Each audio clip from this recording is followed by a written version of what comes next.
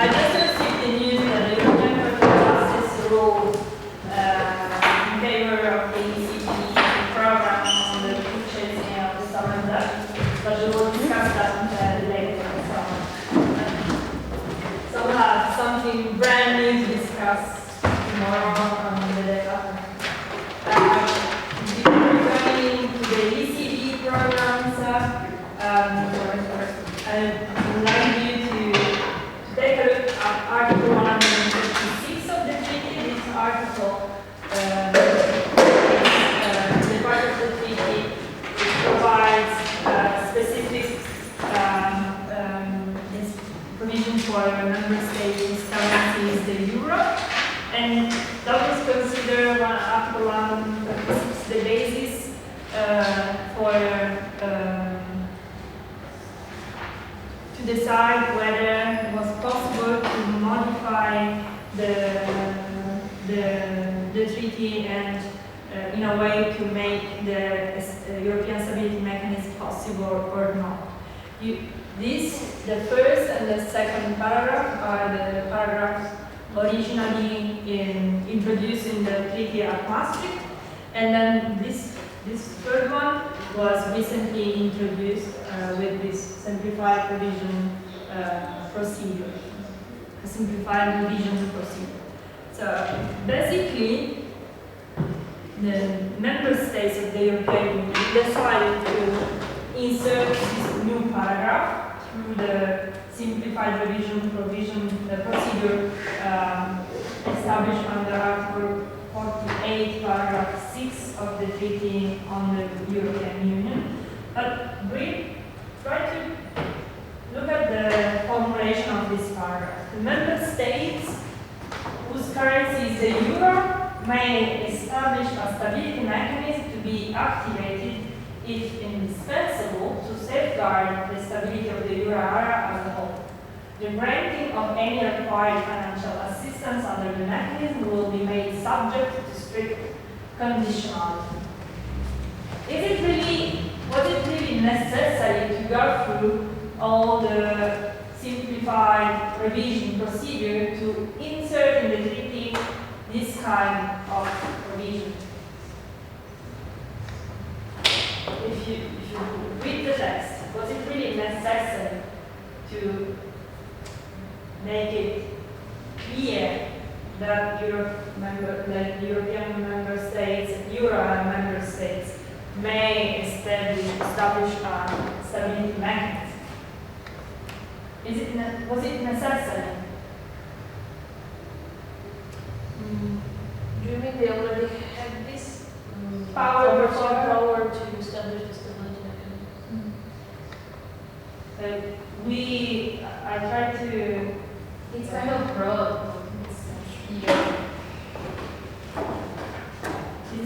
Yes, it's broad, but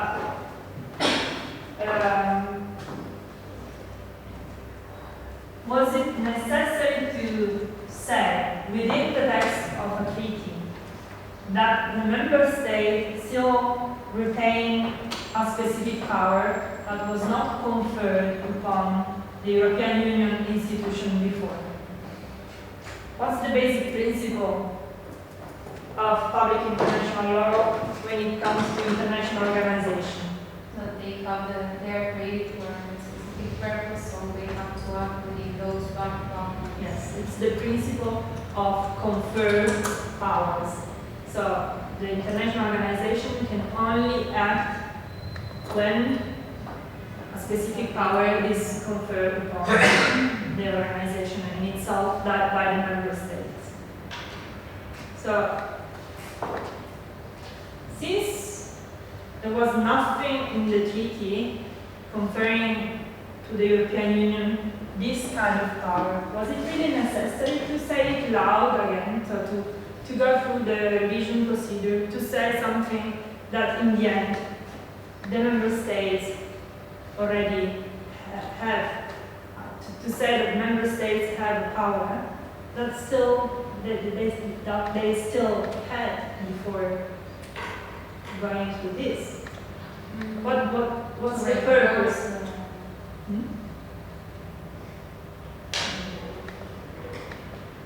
to remind them that they have this.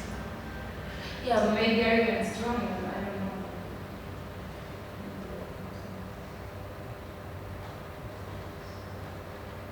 know. Or, but here it is only about the member states whose currency is euro. So they're excluding other states and. Yes, because for the other member states, the power is conferred to the European Union by Article 143. The European Union can provide financial assistance through a mechanism on the basis of Article 143 to non-euro member states. So in that case, non-euro member states cannot, without infringing the powers of the European Union, establish on their own another financial assistance mechanism. They cannot do it because they attributed the power to do so to the European Union. But Euro member states are not in that position. So they could have established the treaty even without this paragraph inserted in Article 146. So why do they need this one? So if not from a legal point of view, there was no need from a purely legal point of view. What's the purpose? Kind of political declaration of assistance in case like we're union, we will help each other. I don't know, I can't say anything. If you want to underline the solidarity principle among Euro member states, then and solidarity is also at the center of the European Union integration project. That would have been better to do it through European Union institutions and not to rely on a treaty, something completely external from the European Union, right? So you want solidarity, you want to be linked to all the other pillars of the European Union. So yes, it was a political necessity perceived, especially where, which states, which member states, which Euro member states. Yeah, a political necessity. It was the reasons behind this are political, essentially political. But the main concerns came from what member states? Which one? Always the same? Germany. Always Germany. So they wanted to avoid any new claims against the action of the member states, of the Euro member states, even outside the European Union legal framework, that would challenge the reliability of the mechanism and so make reliance on this mechanism less efficient and so to diminish in a way the effectiveness of the mechanism even towards the market. So the markets had to be completely sure that the mechanism was in place, was permanent, was to be permanent, was to be ready to act without going through any legal hurdles. So they wanted to be untouchable in a way.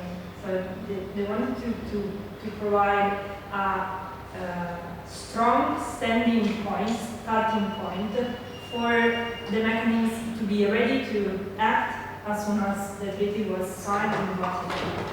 So they wanted to avoid procedures raised before the European Court of Justice, saying that even if established through a treaty, member states of the Euro area were violating some European Union law provision, some obligation they had under European Union law. So they want to be sure that once the European Stability Mechanism was established, that was done for once and all, and so that will provide a nice shield, an efficient shield against contagion, against new crises, and against the spread of contagion through the euro area member states. But they want it to be as much as possible not touchable. So one of the way they imagined was to say clearly, formally, in the text of the treaty, and reaffirm the power that member states have to act in this direction. So outside the European Union legal framework, but in their own capacity through an intergovernmental instrument establishing a new international organization without this organization being attacked or challenged before the European Court of Justice or before some other national constitutional court. So they decided to introduce this paragraph in Article 126. And the important part of this paragraph is not only that it reaffirms the powers of member states, of Euro member states to establish the mechanism, but also they found the legal basis for conditionality. So the mechanism is legally established, and financial assistance will be provided only subject to strict conditionality.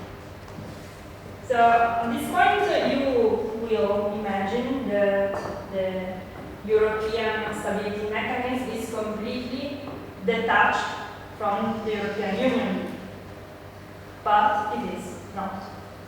Because during the European Union sovereign debt crisis, all these kind of different legal technique were used, going through pure European Union law instruments, to private law instruments, to treaty law, but treaty law, even using treaty law, an intergovernmental approach, some sort of powers were attributed to the European Union institution as well. So today we have the two pillars. For non-Euro member states, financial assistance is provided on the basis we saw at the very beginning, and to Euro member states by the European Stability Mechanism, which was established by a treaty.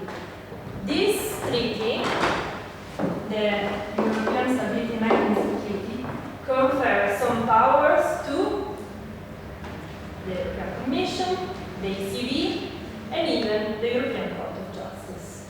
So, it's a treaty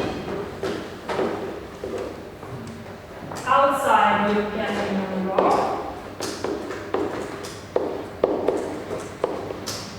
but there are some links, and the European Commission, the ECB, and the European Court of Justice are involved in the functioning of the entire mechanism. The mechanism basically functions more or less like the IMF, more or less in the same way. It's an international organization whose structure is very similar from a governance point of view, very similar to that of the IMF. The members have a voting power based on their economic importance, but some of the functions of the ESM are given to the Commission, the ECB, and the European Court of Justice. So it's the Commission and the ECB together that define conditionality. But may I ask a question? Okay, countries take these obligations on basis of treaty, and Commission and ECB and ECG involved by this treaty. I can understand ECG kind of taking jurisdictions on this kind of matters. disputes. Yes, it's okay, but Commission and ECB that they should have some legal ground for taking participation. Power conferred on them by member states, by Euro member states. But it's not, it's kind of separated treaty. From legal point of view, it kind of obliged on the basis of European Union, or can it? It's Yes, in a way, yes. treaty Yes, between but countries, they have separated They from- rely Mhm. on the functioning of these two institutions as regulated by European Union law. And Euro member states attribute these two institutions some other powers that they cannot have under European Union law. It's a European Union law plus. It's kind of very tricky. It's very tricky. And It is. I don't know, like, if it is for 100% complies with rule of law, I don't know, or legislation.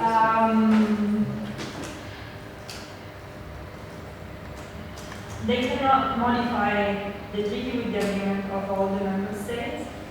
So they decided to establish this mechanism. It's an autonomous mechanism, an autonomous international organization, but they didn't want it to be completely detached, autonomous and separated from the European Union. The longer term objective is sooner or later to make this mechanism go under European Union law, to make it, it's like a first step. Mhm. Waiting for a new treaty amendment, a new intergovernmental conference, they established the mechanism because it was necessary from an economic and financial point of view, but they are like waiting for this mechanism to be absorbed into European Union law. In the meantime, they didn't want it to be completely autonomous, detached, separated from EU law, especially for what concerns conditionality. So they wanted conditionality applied to financial assistance given by this mechanism to be decided together with European Union institutions. So they involved the European Commission and ECB in the negotiations, in the definition of the conditionality attached to ESM loans. So they are involved for what concerns conditionality. The strict conditionality requirements foreseen in Article 136, subject to strict conditionality. So member states may establish the mechanism. Financial assistance will be provided under strict conditionality. This conditionality is defined by ESM organs with the cooperation of the Commission and ECB, plus the IMF. It's always the IMF is always there because the ESM will be used to provide financial assistance to Euro member states, but not alone. If possible, always in parallel with IMF financing. Like at the very beginning with Greece, and what happened with Portugal and Ireland. On one side it was loans provided by the European Union, or originating from member states of the European Union, in parallel with IMF financing. So even the European Stability Mechanism Treaty provides for the cooperation between the ESM and the IMF. And so, when the IMF is involved, it will be also involved in the definition of conditionality. Definition of conditionality, monitoring, surveillance, and so the decision also to disburse the different tranches of the loan to the member state concerned. And the CJ is involved for dispute settlement in the case of holding.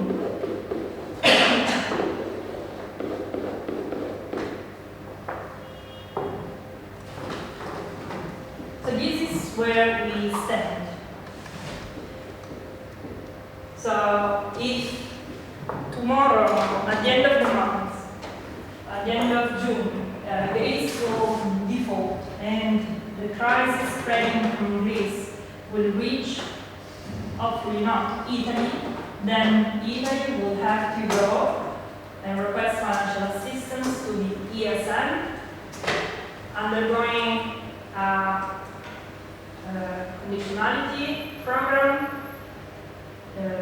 always defined by the Commission ECB and most likely the IMF. So you see this. Inside the European Union, they tried everything. They tried European Union law instrument, private law, was user law, intergovernmental techniques were used, but always trying, even in one case, trying to link somehow the functioning of this mechanism to the European Union. Financial assistance is only a part, tiny part, in the, let's say, in the life of a member state. So member states have to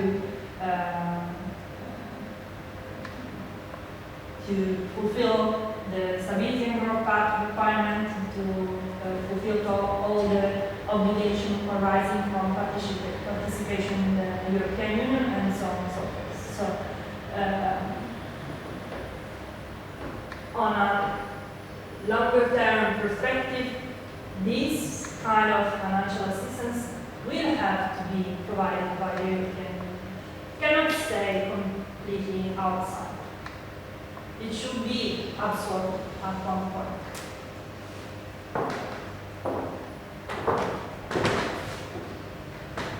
Okay, so you have the bigger picture, but for what concerns Greece, we still have the Greek loan facility.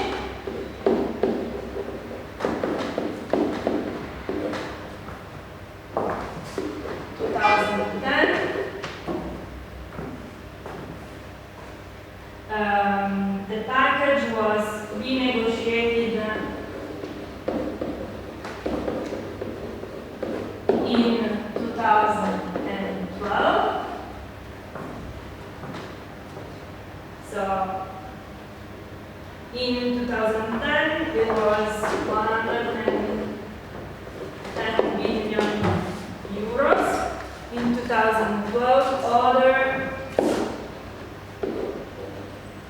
113 billion euros of financial assistance were given to Greece. So this was the one by the Troika? Oh, the Troika, yes. With package of bilateral loans, conditionality defined by the Commission and the ECB, plus the involvement of the IMF. So here it was 80 billion the Greek financial facility and 30 billion the IMF.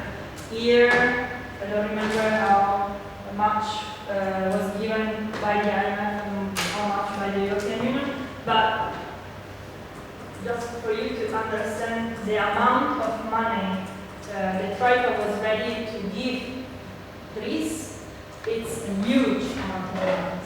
In total, between 2010 and 2012, the Troika declared itself to be ready to disburse in the end, in total, 240 billion euros to Greece. A lot of money. Not all this money was in the end given to Greece, because these sums have to be disbursed in tranche, as usual, the usual classical technique used by the IMF and also by the European institution. So, increasing conditionality attached.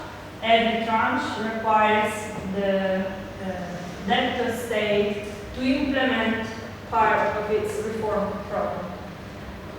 And this explains why in the last 2 years there were plenty of negotiation and talks between Greece and the Troika members, because the IMF and the European Commission and the ECB were monitoring the development within Greece, and they were not satisfied by the pace of Greece in implementing the reforms and in reaching the targets that it should have reached under the program. So they, it's the stick and carrot policy. So I will not disburse you a new tranche of money unless you reach the target, or at least promise me to implement new strategies or new reforms, or unless you convince me that you will be really ready to do what I'm asking you to do. So there were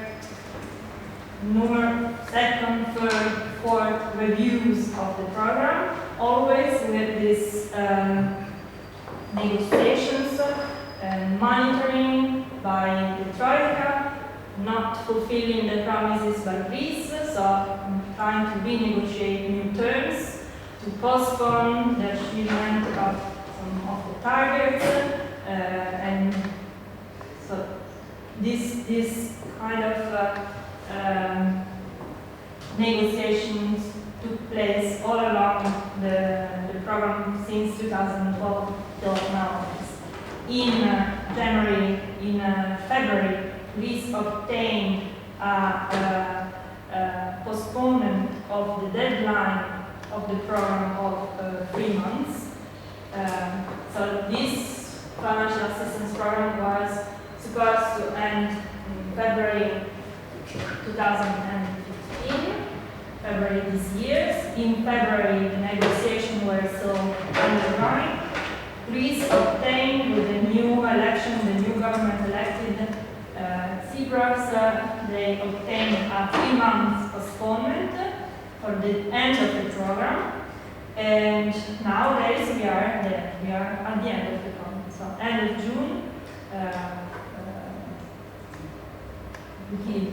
they will have to show their cards, both parties. So we'll see what happens. The renegotiation of the financial assistance program in 2012 was accompanied by the so-called PSI, so private sector involvement.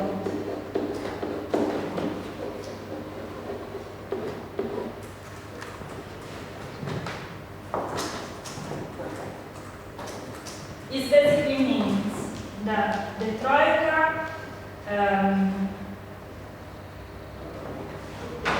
understood that the money provided lent to Greece was not enough till then.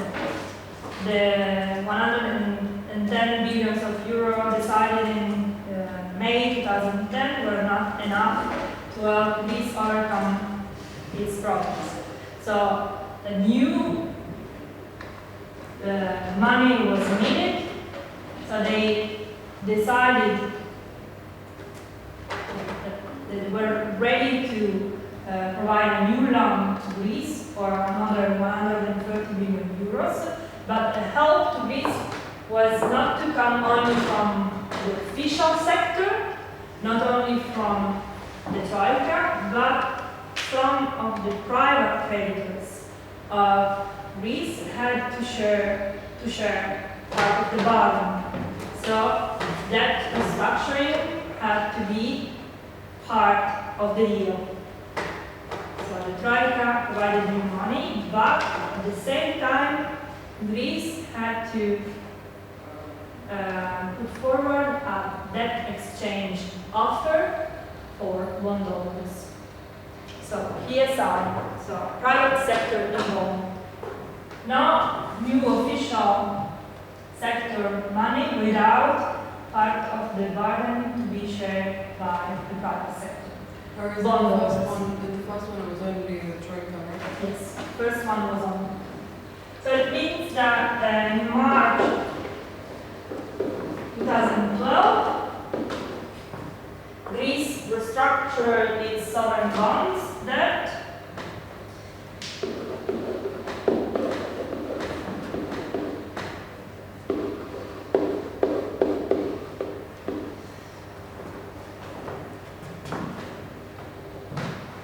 And it did it in a completely new way.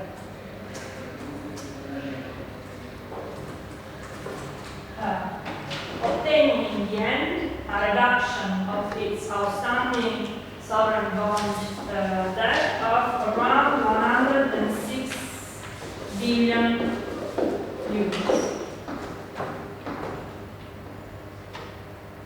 So, you see how much money entered. 240 they received, or maybe not the entire sum they entered the budget of Greece, but 240 was supposed to enter Greece. Of its outstanding bond debt, 106 was cancelled. So private parties, retail bondholders, banks, institutions had to take on its own shoulder 106 billion euros of losses.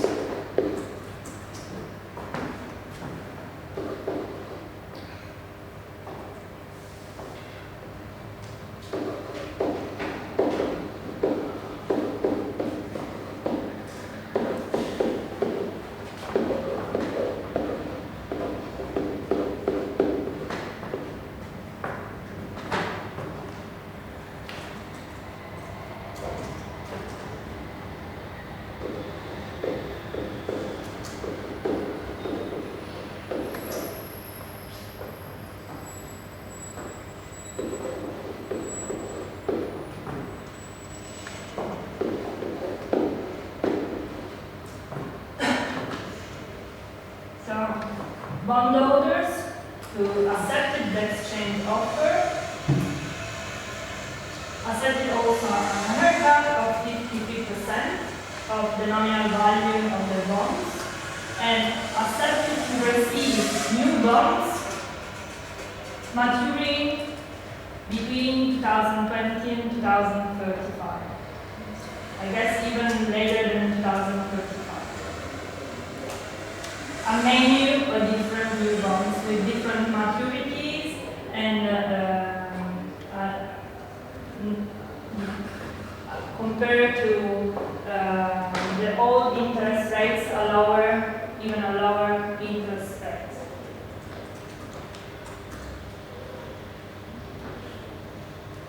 So with this, that exchange, Greece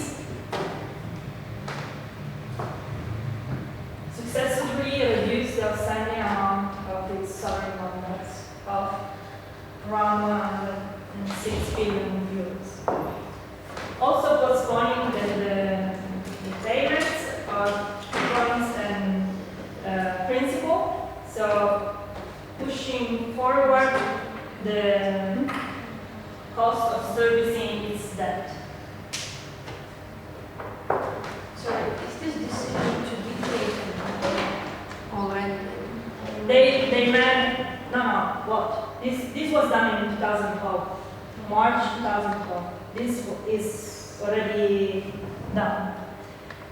They did it from a legal point of view.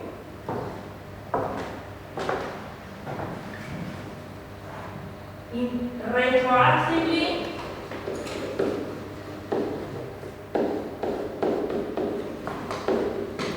introducing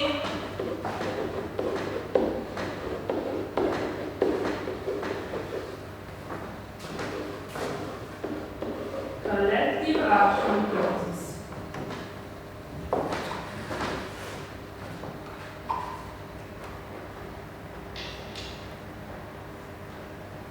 So they amended The terms of the contract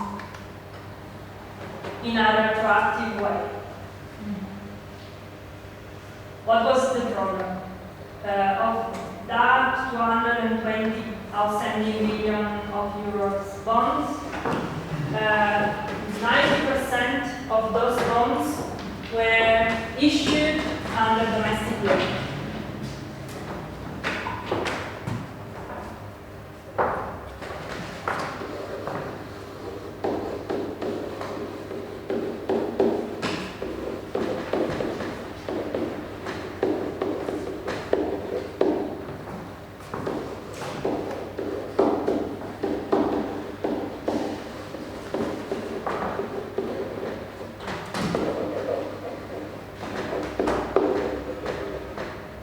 The remaining 10% were issued under US, UK,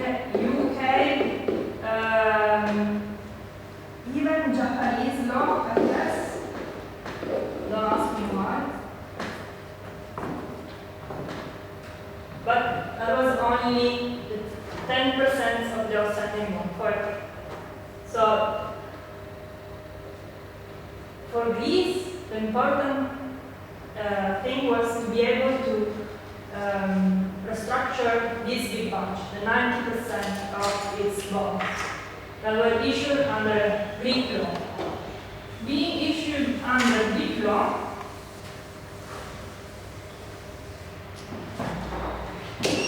they did not contain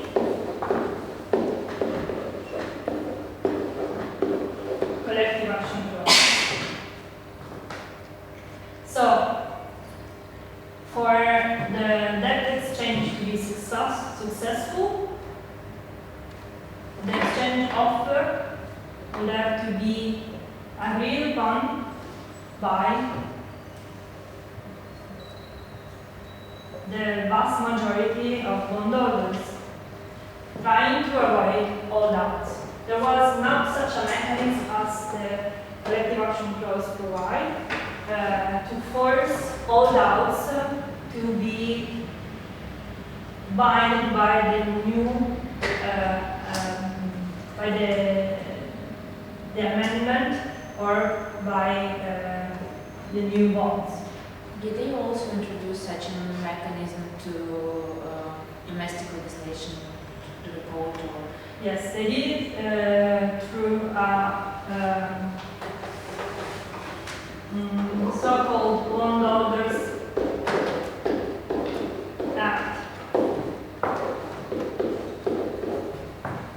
So I want to be clear. Since the major part of the outstanding bonds were issued under Greek law and they did not contain collective action clauses, Greece was under the pressure was had to convince all big majority and the vast majority of bondholders to accept the exchange offer. All those who would not have accepted the exchange offer were staying with the old bonds. So Greece would have to pay entirely the value of the old bonds at the maturity date, of that coupon, that interest rate, the old terms, contract terms applied. And Greece was not in a position to offer bondholders a very attractive exchange. 53% haircut is not really attractive. So in that situation, most of the bondholders would have said no. I prefer to keep my old bonds. So they have to find a way to force everyone to accept the new bonds, and they can do that. They can do so only retroactively inserting caps, collective action. So what they did was they adopted this Bondholders Act, domestic law, foreseeing the retroactive introduction of the collective action clauses in Greek law bonds, sovereign bonds, and then they put out the exchange offer, and the exchange offer was linked to the introduction of collective action clauses. So this proposal was in the end accepted by around 86% of bondholders.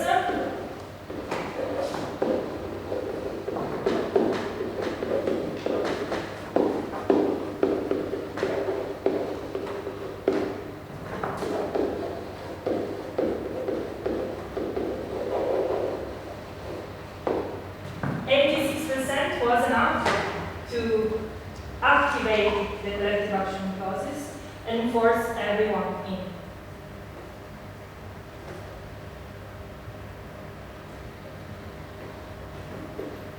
They were able to reach this 86% of participation because of all the negotiations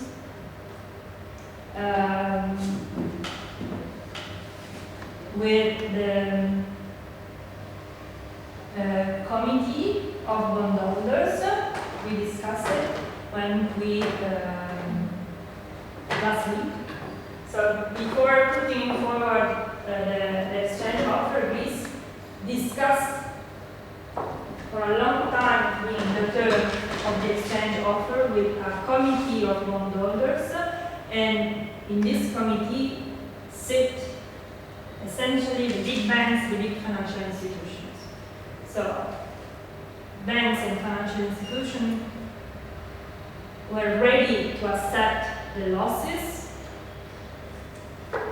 They also had a way to cover themselves against the losses through instruments, financial instruments like the credit default swaps or some other sort of insurance. So they were not to be the ones paying the big price. The ones that were going to pay the big price were essentially retail investors. In fact, financial institutions and banks are covered in a way by credit default swaps or by their own government, or in any case, they can spread the losses somewhere in their balance sheet. But the same cannot be done by individual bondholders. So the exchange offer, the terms of the exchange offer were agreed upon by Greece, the Troika, and the Bondholders Committee, members of the International Institute of Finance, basically. And so this explains the rate of success, the rate of participation to the exchange offer, even with those large terms applied. And the retroactive introduction of collective action clauses made it possible then afterwards to link all the bondholders inside. So even if you were a small in private individuals and you would prefer to hold out, then because of this new legal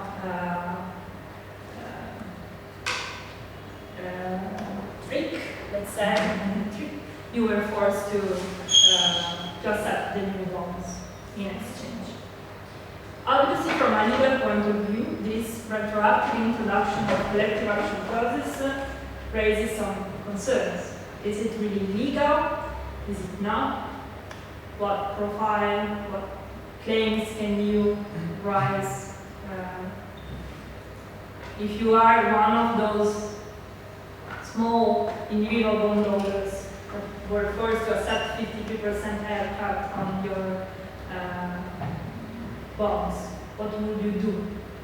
What kind of legal way you will try to find to challenge the introduction of collective action clauses in a retroactive way? Sorry, what do you mean by attractively introducing? They were not In the original one. in the original bonds. So they adopted this law, the Bondholders Act, to introduce collective action clauses. Into the bonds. Yes. They could do it because they were issued under Greek law. You cannot modify the terms of UK law bonds or US law bonds. But if you are the government and you are the one designing the legal framework, you can change the legal framework. Probably at least legitimate expectations and all the basic law principle will not really from bridge somewhere. So I leave you with this question. Just think to put yourself in the position of the lawyer of a small bondholder and try to figure out what legal way you will suggest your client to adopt to challenge the application of the collective action clauses to your client.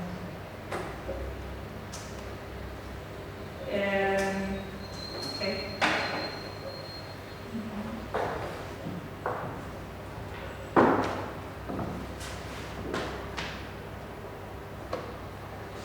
Is it, I'm making everything clear, or is it, do you have any doubt, many things, like all the different mechanisms, the European Financial Stability Mechanism, the facility, is just to give you the broader picture, because you have to think about risk crisis within the bigger scenario. It's not risk alone. It's risk, but in a context in which there were no other instruments available to react to the crisis. So, and I'm not going to ask anything about it in the exam. So don't worry too much. I just want to see how difficult it was to even find a solution in Europe. Just to make clear, so the decision of accepting the haircut of 53% was made at the collective meeting by... Well, it was, no, the terms, 50% rescheduling, were the exchange offer. The terms of the exchange offer were negotiated with the Troika, by Greece, with the Troika and a bondholders committee composed mainly of big banks and financial institutions. So they agree in principle upon the terms of the exchange offer. Then Greece put forward the exchange offer with all the documentation and also setting a deadline to accept the offer. That was around the beginning of March 2012. So the exchange offer expired, I remember, like 8th of March 2012. 8th of March 2012, 86% of bondholders accepted, and since collective action clauses were introduced, this made the remaining 14% to be linked, to be bound by the decision of the 86% in any case. So they were introduced in Bondholders Act, and this gives This Bondholders Act was like, okay, the Parliament is Greece is designed to introduce this act, according to which all the bonds issued from 1990 to today under Greek law will be amended in a way to contain also accumulated option clauses. So it's a general way to amend a number of private law of a number of contracts between Greece and the bondholders. With a law, an act, they amended all the contractual terms. But it changed a lot the nature of the bond itself. So yes. Yes. So, They didn't amend maturity, interest rate, coupon. They didn't amend the terms of the bonds in other way. They only inserted this small little clause that. so like they basically just took away a right of this 14 remaining percent of shareholders to. Yes, they stripped to away for- that 14% of their power to not accept the offer and be bound by the old contracts. Yes, they took it away, that right, to this group of And they don't bondholders. go. They didn't even know how many bondholders before. They can't go to a court, or what can they do? These minority bondholders. This is what I'm asking you to think about. What can they do? Try. Apart from 2023, this is like the maturity dates were changed. yes, they changed also the maturity date and the bonds. They changed everything. But this was the extent of not in the bond side. The extent of the new bonds matured are going to mature in 2035. Some of them was different types of new bonds. Some of them. So if you are a pensioner, you are a retired person, you are 85 years old, you probably never see. And your pension was reduced, and Yes, expenses was and everything. Yes. by the authority through the implementation of regulatory measures. Yes, exactly. Yeah, it was new once now. Exactly.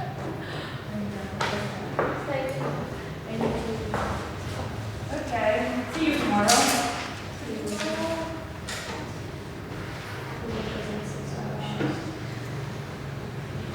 Do you know anything about the ECB purchase of sovereign bonds?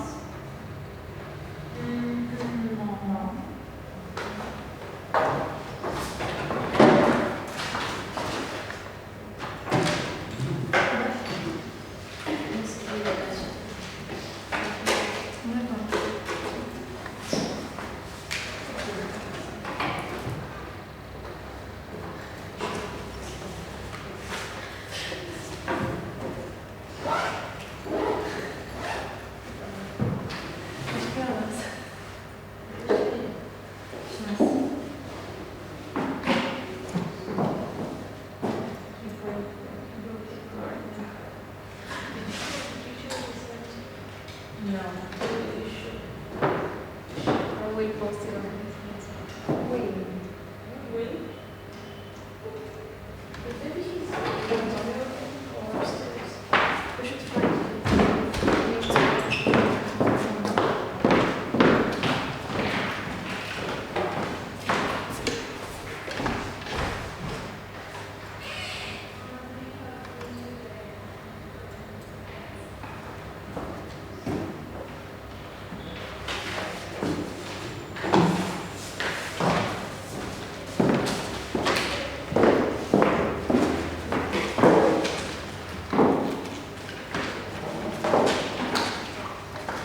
Bye-bye.